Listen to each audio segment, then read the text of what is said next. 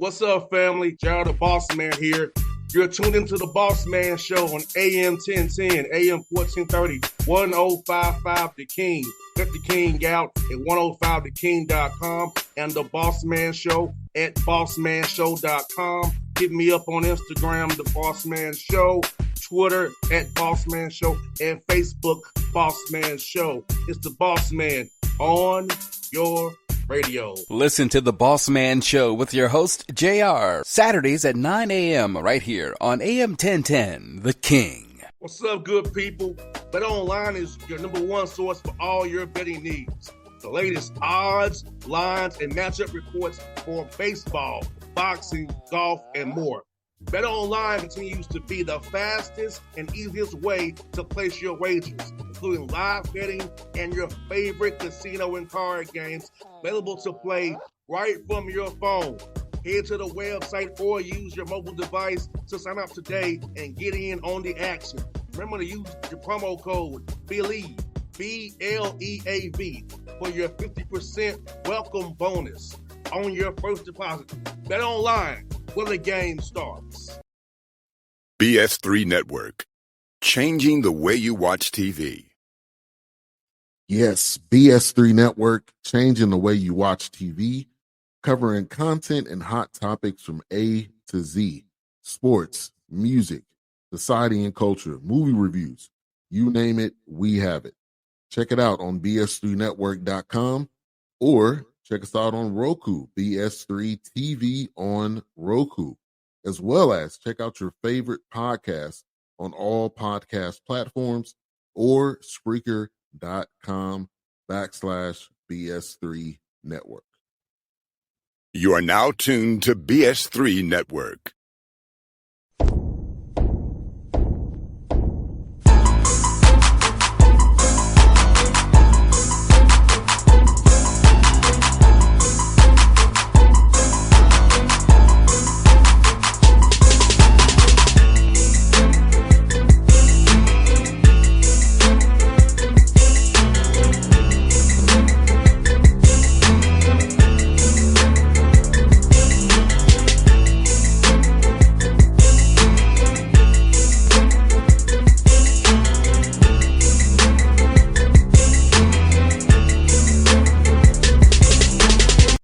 Back on the Bossman Show, we saw him in Atlanta at Lake Point Valentine with the Ramblers out at 18 Old Chicago. Drew, what's up, brother? Good to see you again, man. Yep, you too. You too. Thanks for having me on. No doubt, man. Drew, man, can't believe it, brother. You're going into your fourth season as the head coach, man. Has it all just been a whirlwind for you, my man?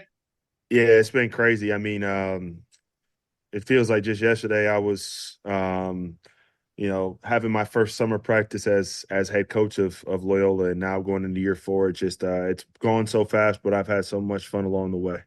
No doubt, man. And for you, I know you had a tough 2023 campaign, 2022 campaign, but bouncing back. So how did you go about it with your staff to bounce back for another 20-win season? Second one is in your time at with the Ramblers. So talk to me about that. Kind of coming back, self-evaluating, reevaluating things, and coming back stronger than ever.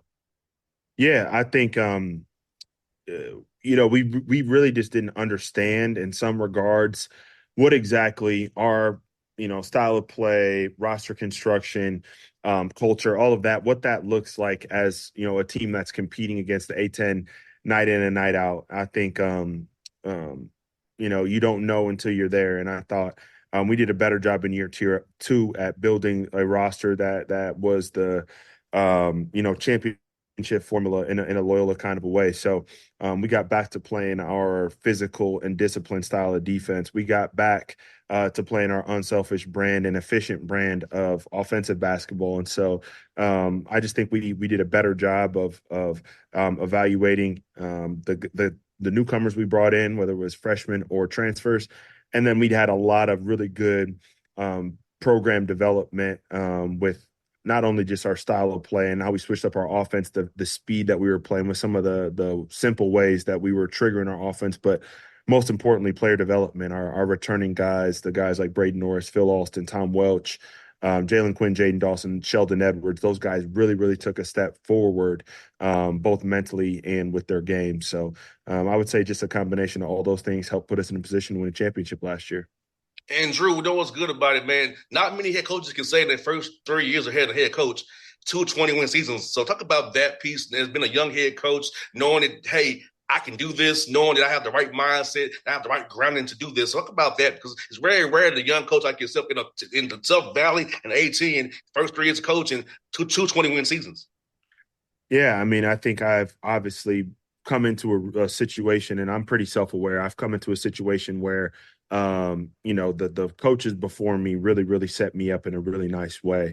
Obviously, Coach Moser as the head coach, and then the other assistant coaches, Brian Mullins, Danielle Robinson, Emmanuel Dildy, Matt Gordon. Those guys are the ones that laid the framework and groundwork of the culture here. And, it was kind of just my job, when I took over to not mess it up in some ways. So, it went from created by culture under Coach Moser to committed to the culture under me.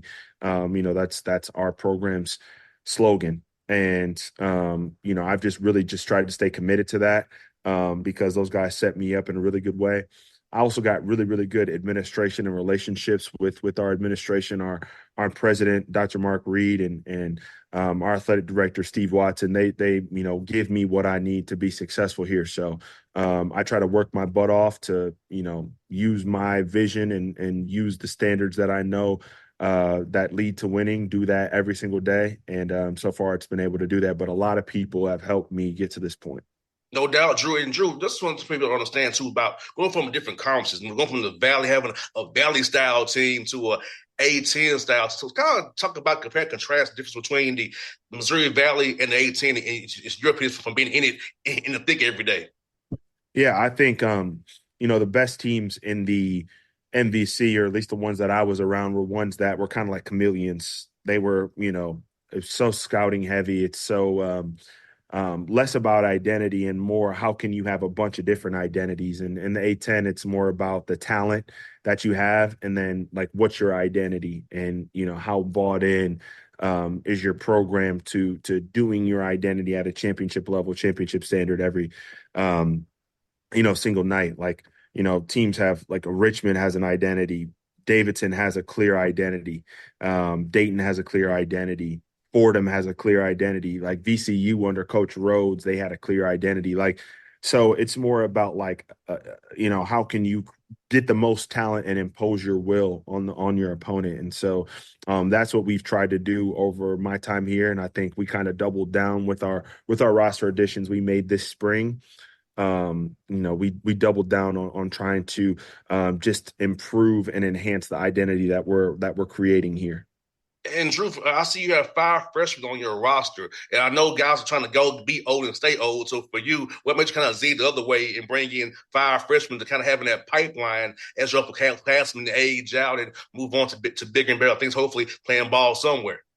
Yeah, I think I think roster turnover is just what's going to be happening in college basketball. It's part of it, and you got to be good at trying to retain as much as you can while also bringing in the pieces that fit around that. And we're always going to be a 50-50 program. We're going to do 50-50 high school, 50-50 transfers. And, we have 8 scholarship newcomers this year. 4 of them are freshmen, 4 of them are transfers. So, that's kind of what I want to do. We signed 2 in the fall, and then we kind of didn't know what we were going to do because we knew we had 4 scholarships left with the 6 seniors that we had. So we knew we had that. But as the season went going, we started to get an idea of, some roster attrition we might have. And so we tried to replace those 2 with 2 freshmen that are from out of the country, 2 foreigners, this spring in February. We went out and did that, and then we got our four guys out of the portal in March and April. So that was kind of our roster construction thing. And I want to have guys that I can develop. I want to have guys that our fans fall in love with, and they can see their growth and maturity. That's what's made this place special. Guys like Lucas Williamson and Cam Crutwig. And I know Braden Norris was a transfer, but he was still here for 5 years. So like our fan base was able to see him and Tom Welch and guys like that grow and develop and blossom here. So I want to continue that, but also, we've had success with transfers, whether it's a Phil Austin or Des Watson or Clay Custer, Marcus Towns. So like I want a mixture of that within the program. And Julius, this summer, who are some guys you want to highlight who's really gotten better in your workouts? And having 8 newcomers, how much did you do kind of player development stuff versus team stuff, kind of integrate these new guys into your system and culture and way of knowing? Yeah, so I would say the first part, I think Miles Rubin has had an outstanding summer. I think he's really, from a mentality standpoint and from a really putting his all into it. I think he's really, really grown his skill level. But he's also added to his frame.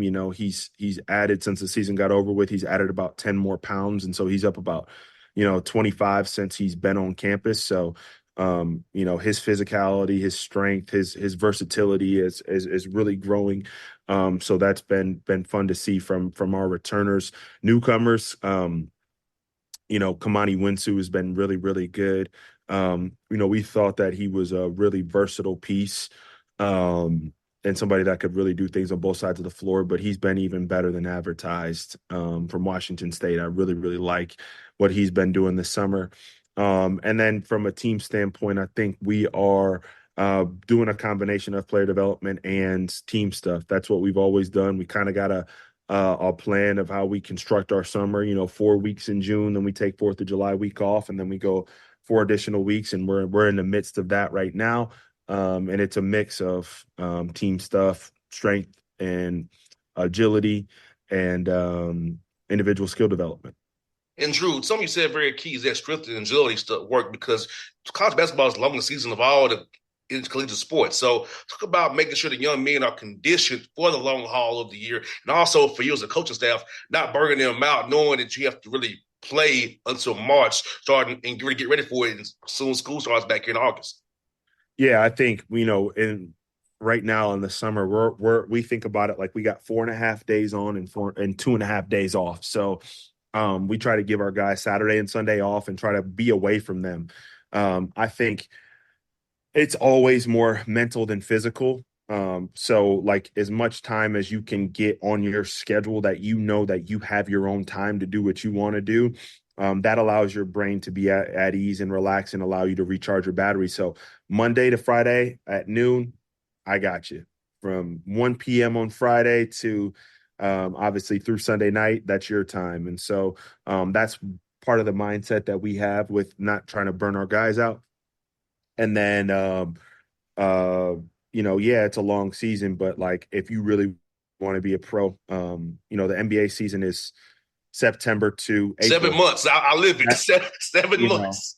at minimum. And so like, I kind of look at it like, this is just training you for the NBA. If this is something that you want to do, if you really want to be a pro. No doubt, 100%, man. You got that right. And to talk about, having a player-led team as well, man, having an upperclassman kind of teach the young guys about getting in extra work, whether it be in the weight room, getting up shots on your own, about coaches having the project to get shots up, and kind of having the locker room lead the team. And so you just kind of coach X's and O's, not coach the effort and work off the court. Yeah, that's always been important. It's been something that's cultivated. I don't think you can go into a room and just say, hey, you're going to be the leader. I think that those things from a newcomer standpoint, it takes time, and then it's cultivated within the culture. And I think that's been passed down is the older guys. They help out the younger guys. They don't just disrespect them or personally attack them, but they try to lead them and guide them and support them and let them know, hey, I was in your shoes one day, but this is the why. This is why coach is on you for it. And so Sheldon Edwards and Des Watson have been doing an outstanding job this summer at leading our team. No doubt. And Drew, for you, now, if some games non-conference you want to talk about it, you can discuss, please do. But talk about kind of, non-conference schedule, being in the A-10, trying to get the right balance to get ready for the A-10 and kind of not kill your team early. So to balance, try to make the schedule just right, and find the right matchups, right MCUs to test your guys before you get in that tough A-10 play. Yeah, I think, you want to have a mix of home games, and you want to have a mix of, maybe going on the road, maybe going to a neutral site. And then you want to try to obviously put yourself in position with those games, whether they're home, neutral, or away, to put yourself in a position to be at-large team. And so I think that's what we've done with our non-conference schedule is, we got some challenging games on the road and home and neutral. And we're playing obviously in the Diamond Head Invitational Classic in Hawaii over Christmas. And we're really excited about the opportunity to play nationally televised games when everybody else isn't, right? Like that's obviously it's going to be a hard trip. And I've talked to other coaches that have done it. And we know that it's going to be tough, but it's an opportunity for us to enhance our brand on national TV, at a time when we're the only college basketball games on. So we're really excited about getting the opportunity to play at the Diamond Head. That's one for you, Drew, man. Talk about Phil Austin playing in the summer league. I saw him a little bit out there. I was out there, I saw him out there playing for the Bucks. So talk about seeing that a young man you coach getting summer league an opportunity to show what he can do, and hopefully he'll be playing somewhere this season overseas or in the G League somewhere, showing what he can do for you guys, man. Yeah, I think Phil's an incredible story. I mean, the growth that he's on. I mean, it's hopefully he can end up continuing to grow and exceeding expectations. And it's like movie worthy. 3 years ago, he was, passed out and didn't know how, and to go from that to, being a Division II player to come into Loyola to getting a shot and starting a summer league game and performing well and doing it on national TV it's so fun for me to see. Because that was his goal and his mission and his purpose for coming to Loyola was the opportunity to play a lot and to grow and develop. And we were able to help him with that. And he's going to have an opportunity to, show that he belongs. And but there's nobody that I would rather go to war with than him. And I would not bet against him because he's, proved that the odds, when the odds are stacked against him, he's going to rise. So I was extremely proud watching Phil play in summer league, and I'm hoping for the best for him this upcoming season. No doubt with Drew, man, on my end. Hope you have a great year yourself, my brother. Hope you win the 18 and get to the big dance again and show out, man. So I'm definitely going to come be cheering for your brother. Hope we'll talk to you in March for you going to the big dance again, my guy. No doubt. Appreciate you. Thanks always for your support, and we'll see you soon. Thanks, Drew. Appreciate you, my brother. BS3 Network, changing the way you watch TV.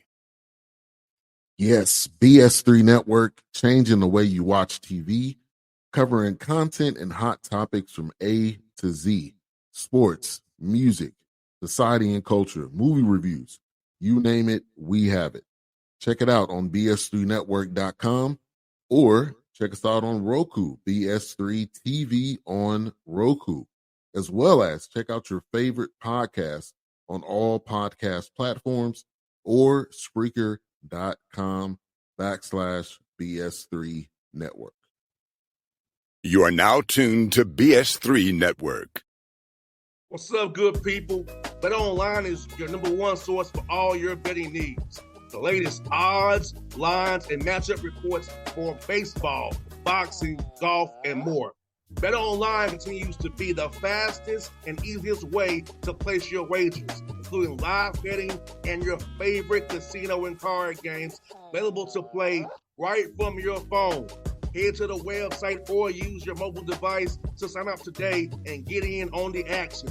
Remember to use your promo code BELIEVE, BLEAV, for your 50% welcome bonus on your first deposit. Bet online where the game starts. What's up, family? Jared the Bossman here. You're tuned into the Bossman Show on AM 1010, AM 1430, 1055 The King. Check The King out at 105theking.com and the Bossman Show at bossmanshow.com. Hit me up on Instagram, The Bossman Show, Twitter at Bossman Show, and Facebook, Bossman Show. It's the Bossman on your radio. Listen to The Bossman Show with your host, JR, Saturdays at 9 a.m. right here on AM 1010, The King.